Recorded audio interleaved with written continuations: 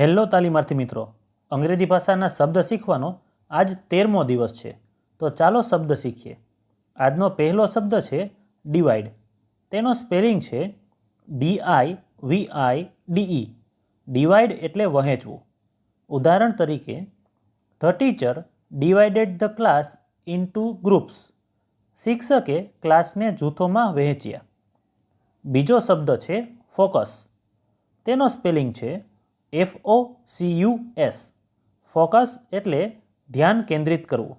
ઉદાહરણ તરીકે, students should focus on studies.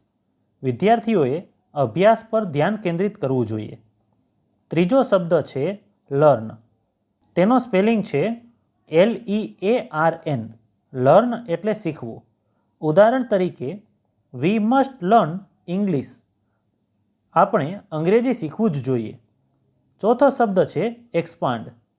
તેનો સ્પેલિંગ છે EXPAND. એક્સપાન્ડ એટલે વિસ્તૃત કરવું. ઉદાહરણ તરીકે, the company wants to expand its business. કંપની તેનો વ્યવસાય વિસ્તૃત કરવા માગે છે. પાંચમો શબ્દ છે લીડ. તેનો સ્પેલિંગ છે LEAD. લીડ એટલે નેતૃત્વ કરવું. ઉદાહરણ તરીકે, she will lead the new team.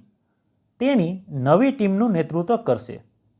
મિત્રો, આજે શીખેલા 5 શબ્દો આ રીતે હતા. ડિવાઈડ એટલે વહેંચવું, ફોકસ એટલે ધ્યાન કેન્દ્રિત કરવું, લર્ન એટલે શીખવું, એક્સપાન્ડ એટલે વિસ્તૃત કરવું, લીડ એટલે નેતૃત્વ કરવું. આવી જ રીતે ITIને લગતી બધી અપડેટ તથા નોકરીની ભરતીને લગતી માહિતી માટે ચેનલને સબસ્ક્રાઈબ જરૂર કરજો.